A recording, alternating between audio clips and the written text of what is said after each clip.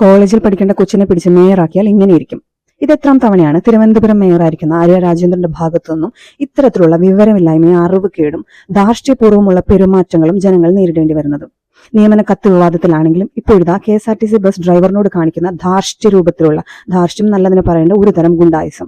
ഇങ്ങനെയാണോ ഒരു മേയർ പെരുമാറേണ്ടത്? പ്രായവും പക്വതയും എത്തുന്നതിന് മുന്നേ തന്നെ സ്വപ്നം കാണുന്നതിനപ്പുറത്തേക്കുള്ളൊരു പദവി തന്റെ മുന്നിലേക്ക് കിട്ടുമ്പോൾ ആ പദവിയെ ദുർവിനിയോഗം ചെയ്യുവാൻ തക്ക ഒരു അഹങ്കാരം ഉടലെടുക്കുന്നുണ്ട്. അതാണ് ഇവിടെ നമ്മളെല്ലാം കണ്ടുകൊണ്ടിരിക്കുന്നത്. നിയമന കത്ത് വിവാദത്തിലാണെങ്കിൽ പോലും ജനങ്ങളുടെ ചോദ്യത്തിന് ആര്യ രാജേന്ദ്രൻ മറുപടി കൊടുത്ത ഒരു രീതിയുണ്ട്, ഒരു നിലപാടുണ്ട്. അതായത് പച്ചവെള്ളത്തിൽ പോലും തീ പിടിപ്പിക്കുന്ന രീതിയിലുള്ള നുണകൾ വെച്ചു കെട്ടി കള്ളത്തെ സത്യമാക്കി മാറ്റുക. അതായത് എല്ലാവരെയും പൊട്ടന്മാരാക്കുക. സത്യം പറഞ്ഞാൽ ആ നിയമനക്കത്ത് വിവാദം ആര്യ രാജേന്ദ്രൻ ചെയ്തത് തന്നെയാണ് എന്നുള്ളത് പരസ്യമാകാത്ത ഒരു രഹസ്യം തന്നെയല്ലേ? എന്തൊക്കെ കള്ളങ്ങൾ ചെയ്താലും എന്തൊക്കെ തെറ്റുകൾ അകത്തുനിന്ന് വന്നാലും പാലം കുലുങ്ങിയാലും കേരളം കുലുങ്ങില്ല എന്ന രീതിയിലുള്ള ഒരു ആറ്റിറ്റ്യൂഡ് ആര്യ രാജേന്ദ്രനെ പിടിച്ചു നിർത്തുന്നതും എത്ര ആളുകളുടെ